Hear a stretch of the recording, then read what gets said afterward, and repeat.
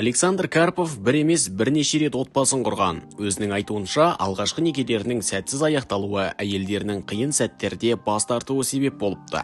Қазіргі таңда өзінен 15 жас үлкен некелі жарымен өмір сүріп жатыр.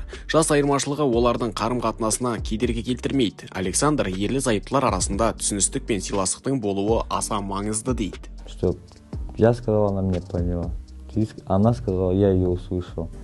Нет такого, чтобы она сказала, я ее пропустил. Я сделал по-своему. Если что-то она затеяла, лучше прийти сказать и вместе как-то это сообща решить сделать. Александрдың әйелі Елена Карпова да жолдасының пікірмен келіседі. Еленаның алғашқы некесі де сәтсіз аяқталған.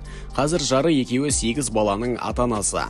Оның ойынша ерлі-зайыптылар арасында қандай да бір отбасылық келісім болмаса, шаңырақтың шайқалуы әбден мүмкін. Женщина, я считаю, должна иметь право своего голоса в семье по-любому. Она мать, она создает семью, в принципе. Муж, как у нас всегда говорилось, добытчик, а женщина, она хранитель очага. И я считаю, что она должна иметь свое слово, потому что на ней все держится, вся семья, весь дом, дети, вся забота, даже о муже, о детях, забота лежит на женских плечах. Она имеет свое слово, я считаю так. Какой бы она религии ни была.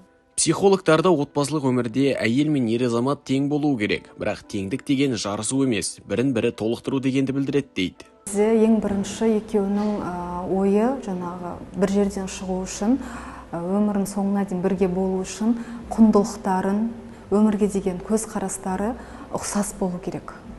Мақсаты мен қызығушылығы әртүрлі болғанымен құндылық екі жастың ортақ жана ұқсас болу керек. Конфессиялар арасында ер мен әйелге қатысты өз заңдары бар екені анық. Мәселен, христиан дінінде, яғни киелі кітаптарында отбасылық құндылықтар туралы жазылғанын көруге болады. Григорий Власенконың айтуынша, әйел мен күйеуі бірін-бірімен жарасымды өмір сүрулері керек. Жанұяда өзара құрмет болуы тиіс. Только вера в Бога, она будет укреплять семью. Без веры в Бога тяжело будет сохранить семью. Теолог Мұстафа Айдарханұлының сөзінше, конфессиялардың басым бөлігінде отбасылық өмірге ерекше мән берілген. Яғни қыз бен жігіт шаңырақ көтергеннен кейін арадағы қарым-қатынастың дұрыс бағытта өрбуі керектігі айтылған.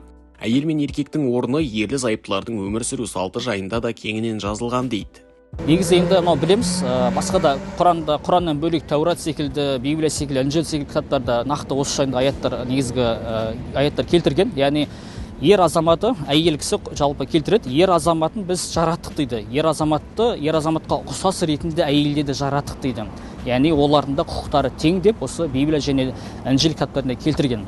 Таурат кітаптарында. Яғни бұл жерде байқаймыз, басқа өзге дін өкілдерінде қарасақ, шынымен әсіресе монотеистік діндерде басым көпшілігінде ер азамат пен әйел кісінің барлығы Алланың құзырында, Құдай тағаланың құзырында барлығы тең дәрежеде келтірген. Ер мен әйел Құдайдың жаратылысы, олардың арадағы қарым-қатынасы қазіргі қоғамның заманауи түсініктерімен тікелей байланысты дейді мамандар.